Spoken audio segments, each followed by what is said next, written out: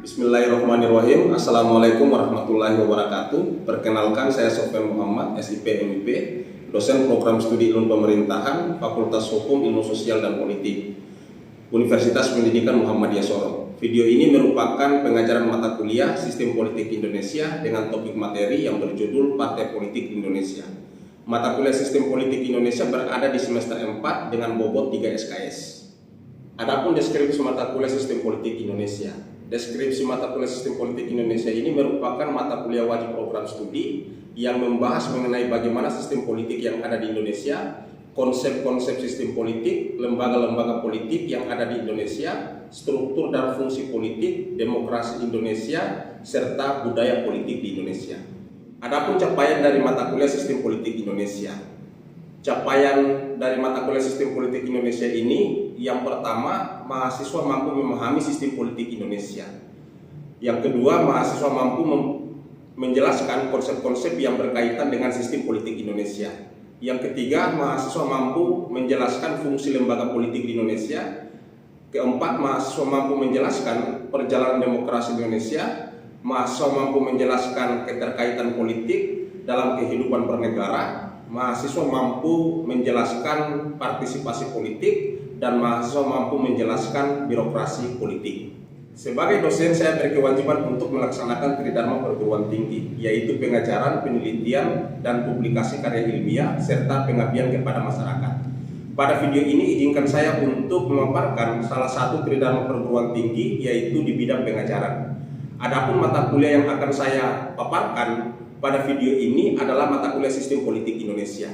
Mata kuliah Sistem Politik Indonesia ini membahas tentang pengertian sistem politik Indonesia, ruang lingkup ilmu politik, sejarah sistem politik di Indonesia, pengertian struktur sistem politik, sosialisasi politik, fungsi komunikasi politik, sistem kepartaian dan pemilu di Indonesia, budaya politik Indonesia, partisipasi politik, proses politik di Indonesia, birokrasi politik, perjalanan demokrasi di Indonesia, dan lingkungan sistem politik Indonesia. Mata kuliah Sistem Politik Indonesia ini kita akan tempuh sebanyak 16 kali pertemuan yang dilaksanakan dalam 14 kali pertemuan tatap muka, pertemuan ke-8 ujian tengah semester, dan pertemuan ke-16 ujian akhir semester. Untuk teknik pengajaran selama proses perkuliahan yang saya gunakan yaitu dalam pendekatan DII, yaitu Delivery, Interaction, dan Assessment. Bentuk metode pembelajaran dan pengalaman belajar yaitu kolaboratif learning klasikal, ceramah, penugasan mandiri, merangkum dan menyimpulkan, review jurnal, diskusi kelompok dengan metode MENPED. Teknik yang digunakan yakni ceramah dan diskusi, indikator penilaian antara lain ketetapan membuat rangkuman dan kesimpulan sesuai dengan kriteria serta batas waktu yang ditetapkan, kedisiplinan dan ketetapan waktu menyelesaikan tugas, kemampuan menuangkan gagasan ke dalam media presentasi PowerPoint, kemampuan presentasi, argumentasi teoritik, dan kerjasama. Demikian pemaparan yang bisa saya sampaikan mengenai mata kuliah Sistem Politik Indonesia. Semoga dapat memberikan manfaat kepada saya sebagai dosen dan juga sebagai mahasiswa untuk melihat proses perkuliahan lebih lengkap dapat dilihat pada video ini. Terima kasih. Wassalamualaikum warahmatullahi wabarakatuh. Assalamualaikum warahmatullahi wabarakatuh. Waalaikumsalam warahmatullahi wabarakatuh. Selamat siang. Bagaimana kabar hari ini? Baik, Pak. Sudah siap untuk memulai proses perkuliahan hari ini? Oke. Jadi sebelum kita memulai perkuliahan kita hari ini, marilah kita awali perkuliahan ini dengan membacakan doa sesuai agama dan keyakinan kita masing-masing. Berdoa dimulai.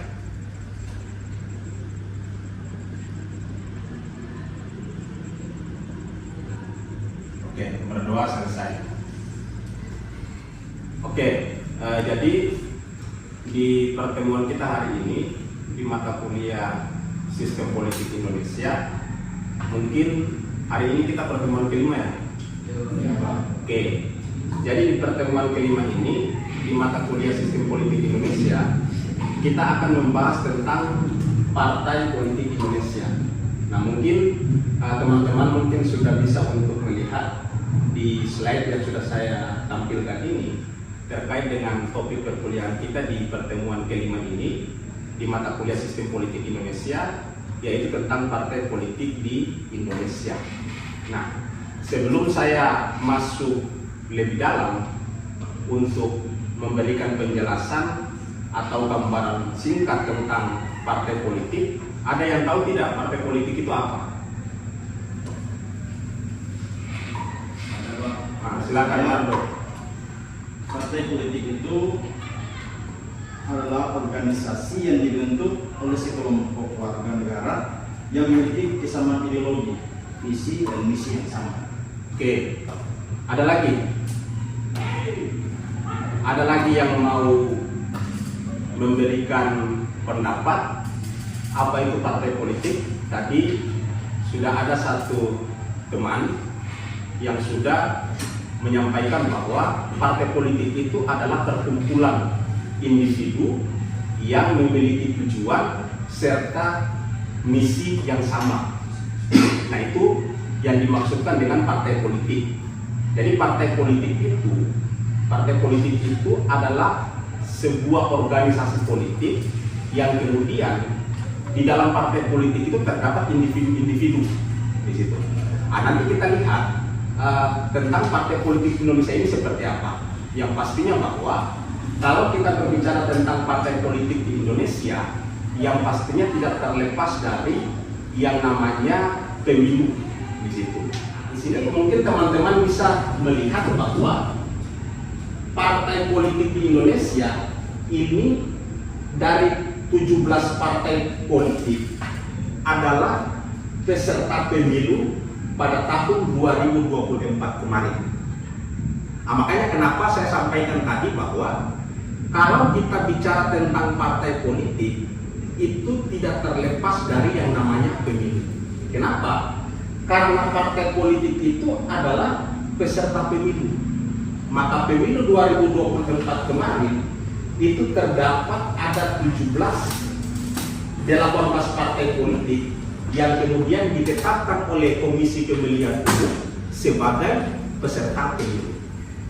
Jadi tadi kita sudah sama-sama untuk mendengar terkait dengan apa itu partai politik yang tadi sudah disampaikan oleh salah satu teman kalian, bahwa partai politik itu adalah perkumpulan individu-individu yang memiliki tujuan serta visi dan misi yang sama.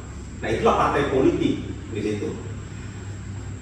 Nah, di sini teman-teman bisa melihat bahwa kita akan melihat partai politik dalam pendekatan menurut para ahli yang mencoba untuk mendefinisikan terkait dengan apa itu partai politik.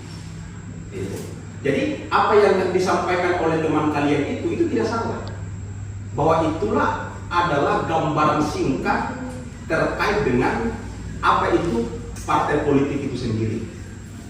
Nah, di sini teman-teman bisa melihat terkait dengan definisi dari partai politik. Nah, di sini ada dua pakar atau dua ahli yang kemudian mendefinisikan terkait dengan partai politik itu sendiri.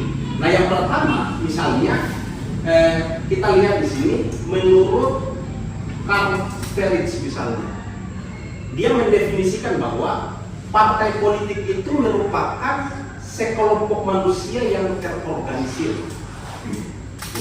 Nah, teman-teman bisa melihat ini, bahwa partai politik itu merupakan sekelompok manusia yang terorganisir, yang stabil.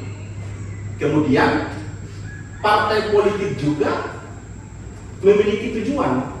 Apa tujuannya dari partai politik itu? Tujuan dari partai politik itu adalah merebut atau mempertahankan penguasaan di dalam pemerintahan.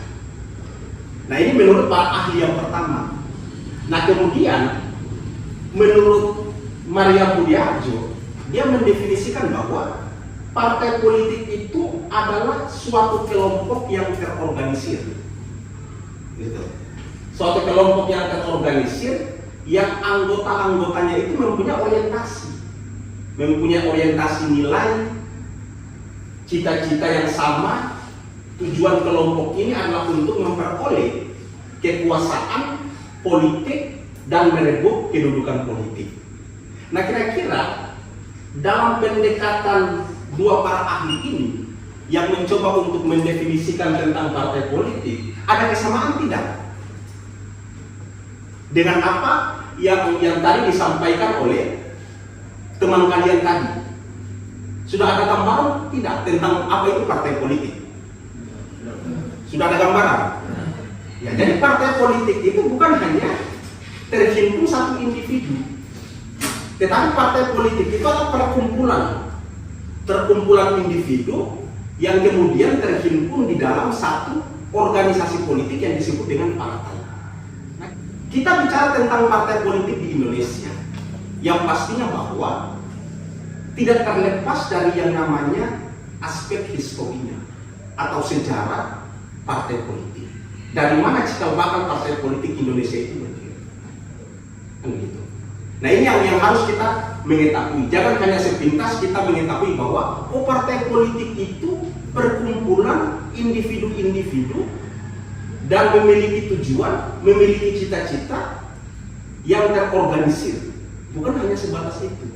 Tetapi yang perlu untuk kita memahami partai politik di Indonesia, yaitu asal mulanya, cikal bakalnya dari mana, sehingga partai politik itu ada.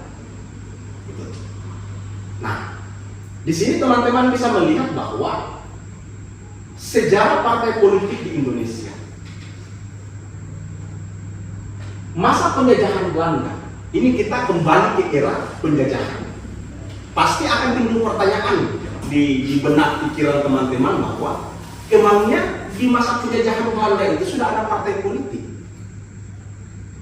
Nah, ini pertanyaan yang paling mendasar. Sementara kita masih berada pada ruang lingkup penjajahan.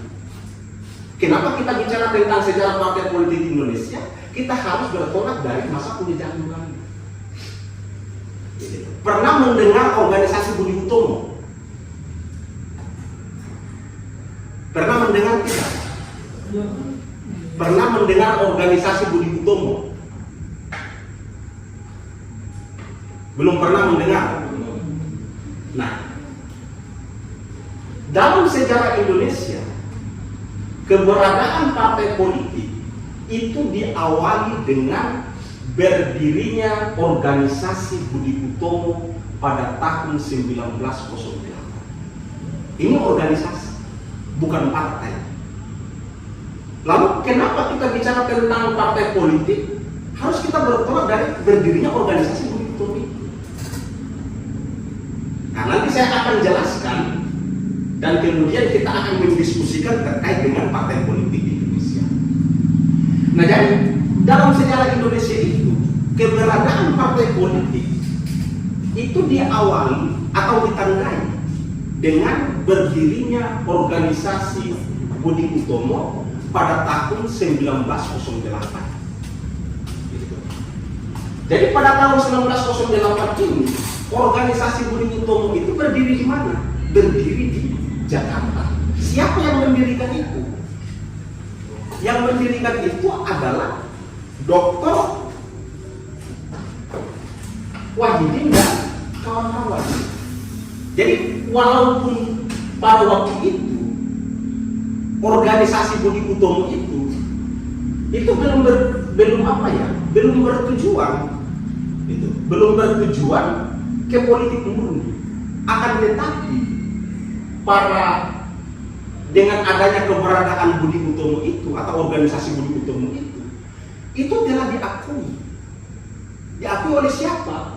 Diakui oleh para peneliti dan para pakar sejarah Indonesia bahwa organisasi Budi Utomo itu sebagai organisasi cikal bakal dari organisasi massa atau organisasi politik di Indonesia. Nah, kemudian pada masa penjajahan Belanda, memang partai politik itu tidak dapat hidup secara tentram. Kenapa dia tidak dapat hidup secara tentram? Yang namanya kita berada di fase penjajahan, berarti namanya organisasi itu tidak tentram, tidak ada kenyamanan dalam berorganisasi, karena kita berada pada era penjajahan di situ.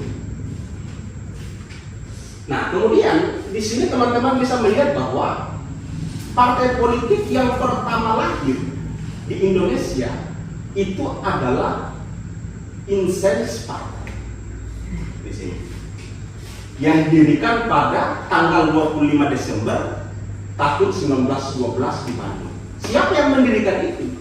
Ada 3 tokoh nasional yang kemudian mendirikan partai apa ini? Jadi 3 tokoh pimpinan nasional itu siapa? Nah, 3 tokoh pimpinan nasional itu adalah Dr. Setiabudi, Dr. Cipto Mangunkusumo, dan Kiai Haji Dewantara, yang kemudian menginisiasi untuk mendirikan partai politik yang disebut dengan Insens Partai. Nah, itu didirikan pada tanggal 25 Desember 1912. Itu jauh sebelum Indonesia itu merdeka. Gitu. Nah, tujuan partai itu apa? Tujuan dari terbentuknya partai politik Insens Partai ini yang diinisiasi oleh 3 tokoh nasional, tujuannya itu adalah agar Indonesia itu lepas dari penjajahan Belanda. Nah, ini yang harus kalian pelajari. Nah, kemudian kita lihat juga masa penjajahan Jepang. Ini kita masih berada pada fase-fase penjajahan atau masa-masa penjajahan di situ. Masa-masa penjajahan. Jadi pada masa penjajahan Jepang atau pada masa itu, semua kegiatan partai politik itu dilarang. Di era penjajahan Jepang itu, yang namanya kegiatan partai politik itu dilarang. Hanya ada satu, yaitu golongan Islam, yang kemudian diberi kebebasan untuk membentuk Partai Majelis Syuro Muslim Indonesia, atau yang disebut dengan Partai Masumi. Pernah mendengar partai itu? Pernah? Ya. Jadi Partai Masumi, yang Partai Masumi ini dia lebih bergerak pada bidang apa? Dia lebih bergerak lebih banyak di bidang sosial. Jadi di era penjajahan Jepang itu partai politik itu tidak semua partai politik itu punya kegiatan yang seluas-luasnya atau bersifat secara terang-terangan. Itu tidak. Hanya ada satu partai politik yang disebut dengan Masumi ini, itu diberi kebebasan untuk membentuk partai-partai. Nah, di sini ini di era penjajahan Jepang. Nah, kemudian kita lihat pada masa pasca proklamasi kemerdekaan. Nah, ini Indonesia sudah merdeka. Indonesia sudah merdeka. Sebelum saya masuk ke sini, ada yang mau bertanya? Atau ada yang mau menjelaskan? Atau ada yang mau memberikan pertanyaan? Mardo? Belum? Oke. Kalau begitu saya lanjut. Di masa proklamasi kemerdekaan Orde Lama, berarti kita sudah merdeka atau belum? Sudah merdeka. Oke, kita sudah merdeka. Teman-teman bisa melihat pada masa proklamasi kemerdekaan Orde Lama, yang pertama, beberapa bulan setelah proklamasi kemerdekaan terbuka kesempatan yang besar untuk mendirikan partai politik. Kita sudah merdeka, artinya bahwa penjajahan itu sudah selesai. Kita sudah masuk pada era masa pasca proklamasi kemerdekaan. Berarti ada angin segar bagi warga Indonesia untuk punya ruang kebebasan dalam hal untuk mendirikan partai politik itu. Di sini kemudian bermunculan partai-partai politik Indonesia melalui apa? Melalui apa ini? Maklumat ke-10.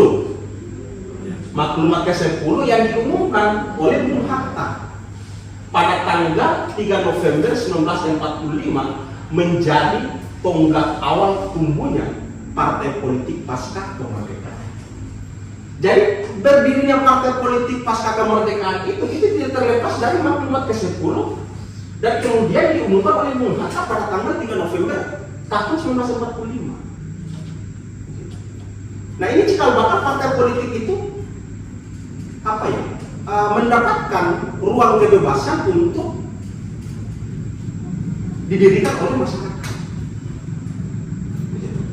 Nah kemudian kalau kita bicara tentang partai politik, di awal tadi saya sampaikan bahwa kalau kita bicara tentang partai politik itu tidak terlepas dari yang namanya pemilu. Kenapa? Karena partai politik itu merupakan peserta pemilu. Nah ini di masa Orde Baru. Ada yang mau bertanya? Silakan. Mengapa jumlah partai politik meningkat drastis setelah jatuhnya masa Orde Baru? Partai politik meningkat drastis di masa Orde Baru telah berakhir. Oke, nah, ini pertanyaan yang menarik. Kenapa menarik? Karena kalau kita bicara tentang partai politik di Indonesia, itu kita bisa melakukan studi perbandingan antara jumlah partai politik di masa Orde Lama, jumlah partai politik di masa Orde Baru, dan jumlah partai politik di era Reformasi. Nah pertanyaannya adalah, kenapa setelah jatuhnya pemerintah Orde Baru, dalam hal ini Soeharto, banyak partai politik itu mengalami permunculan di situ. Banyak partai politik yang kemudian muncul. Sementara kita tahu bahwa di Orde Baru itu hanya ada 2 partai politik dan 1 sekber Golkar. Berarti hanya 3. Tetapi setelah Soeharto itu berakhir masa jabatannya, banyak bermunculan partai politik. Nah ini pertanyaan yang memang cukup menarik. Ada yang mau menjawab sebelum saya menjelaskan? Mungkin saya sedikit Pak. Ya. Saya sedikit mencoba untuk menjawab atau menanggapi dari pertanyaan ini dengan alasan kenapa setelah berakhirnya masa Orde Baru, begitu selesai masa Orde Baru, timbulnya begitu banyak partai-partai politik. Mungkin karena pada waktu masa Orde Baru atau pada masa kepemimpinan Soeharto itu dia dibatasi untuk setiap partai politik bersuara, sehingga dibatasi masa perkembangan partai-partai politik pun dibatasi, masa orang untuk mengkritik pun dibatasi, sehingga runtuhnya masa Orde Baru, baru timbullah masa partai-partai yang lain untuk dapat menyuarakan aspirasi-aspirasi dari tiap-tiap partai atau masyarakat yang lain. Oke, terima kasih. Tepuk tangan dulu. Nah, jadi sebelum saya masuk ke pertanyaan tadi, saya jelaskan dulu tentang masa Orde Baru. Nah, di sini teman-teman bisa melihat. Nah, setelah Indonesia itu memasuki masa Orde Baru dan partai-partai politik itu dapat bergerak lebih leluasa dibandingkan dengan masa demokrasi terpimpin. Jadi, di masa Orde Baru itu kita demokrasi Pancasila, sudah bukan lagi menggunakan demokrasi terpimpin. Jadi demokrasi terpimpin itu berlaku di masa pemerintahan Orde Lama atau di era Soekarno-Hatta di situ. Nah, di masa Orde Baru ini muncul organisasi kekuatan politik baru, yaitu golongan karya atau Golkar pada pemilihan umum di tahun 1971. Nah, sini teman-teman bisa melihat bahwa Golkar itu muncul sebagai pemenang partai yang kemudian diikuti oleh 3 partai politik besar, yaitu ada NU, ada Parmusi atau Persatuan Muslim Indonesia serta PNI di situ. Nah, tetapi proses pemilu berikutnya itu terjadi penggabungan partai politik di masa Orde Baru.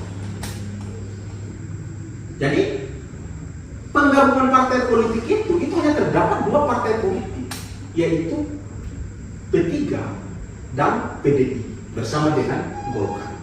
Nah, ini di masa Orde Baru.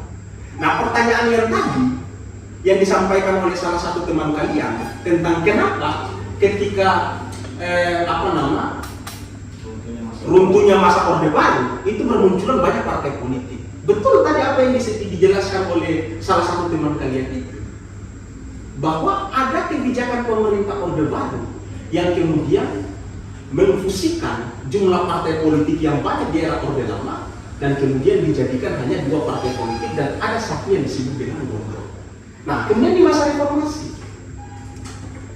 setelah gelombang reformasi terjadi di Indonesia di 98 yang ditandai dengan tumbangnya rezim Soeharto, maka pemilu dengan sistem multipartai kembali terjadi di Indonesia dan kemudian terus berlanjut hingga pemilu 2019 sampai pemilu 2024. Nah, kenapa multipartai? Karena kita lebih dari 2, 3, 4 partai politik, sehingga disebut dengan sistem multipartai. Nah, kemudian apa tujuan partai politik? Tadi yang sudah disampaikan tadi, bahwa tujuan partai politik itu merebut kekuasaan, mempertahankan kekuasaan. Itu tujuan partai politik. Nah, di sini teman-teman bisa melihat berdasarkan konstitusi bahwa tujuan partai politik itu adalah sebagaimana yang dimaksudkan dalam pembukaan Undang-Undang Dasar 45. Yang pertama, menjaga dan memelihara keutuhan NKRI. Kemudian, mengembangkan kehidupan demokrasi berdasarkan Pancasila. Menjaga perdamaian dan kesejahteraan bagi seluruh rakyat Indonesia. Oke, mungkin itu materi kita hari ini. Ada yang mau menanggapi atau ada yang mau bertanya di pertemuan kita hari ini, pertemuan kelima? Nah, silakan, Mardo. Ini Pak, pertanyaan dari saya yang tadi 10 Pak. Jadi 10 tadi itu mengenai tentang partai-partai politik juga Pak. Nah, pertanyaan saya begini Pak, apakah setelah runtuhnya masa Orde Baru dan masuk pada masa reformasi, apakah keputusan daripada partai bisa diganggu gugat oleh masyarakat di luar partai, ataukah keputusan partai selalu menjadi keputusan yang mutlak? Oke, ada yang mau menanggapi? Ada yang mau menanggapi tidak? Jadi, maksud dari pertanyaan teman kalian tadi, apakah keputusan partai itu bersifat mutlak dan tidak bisa diganggu gugat oleh masyarakat lain, ataukah keputusan partai itu hanya bersifat apa ya, yang mungkin saja bisa dibatalkan oleh masyarakat? Nah, ini yang perlu saya sampaikan, saya jelaskan singkat saja, bahwa tujuan partai politik di negara kita Indonesia jelas tujuannya, mempertahankan dan merebut kekuasaan. Soal pengambilan keputusan dalam konteks berbangsa dan bernegara itu ada di tangan keputusan partai politik yang kemudian berada di parlemen. Kan begitu. Kenapa? Karena orang mau mencalonkan diri sebagai anggota DPR di tingkat kabupaten, kota maupun pusat itu lewat apa? Lewat partai politik. Lewat partai politik. Lalu apakah partai politik itu punya kewenangan untuk mengintervensi? Bisa untuk mengintervensi keputusan yang kemudian dilakukan oleh kader-kader partai yang sudah mereka titipkan di parlemen. Itu saya rasa untuk perkuliahan hari ini mungkin kita akhiri sampai di sini. Lebih dan kurangnya saya mohon maaf. Wabillahi taufiq wal hidayah. Wassalamualaikum warahmatullahi wabarakatuh. Waalaikumsalam warahmatullahi wabarakatuh. Nah, itulah tadi video cuplikan perkuliahan saya secara offline di pertemuan kelima mata kuliah Sistem Politik Indonesia. Sekian, wassalamualaikum warahmatullahi wabarakatuh.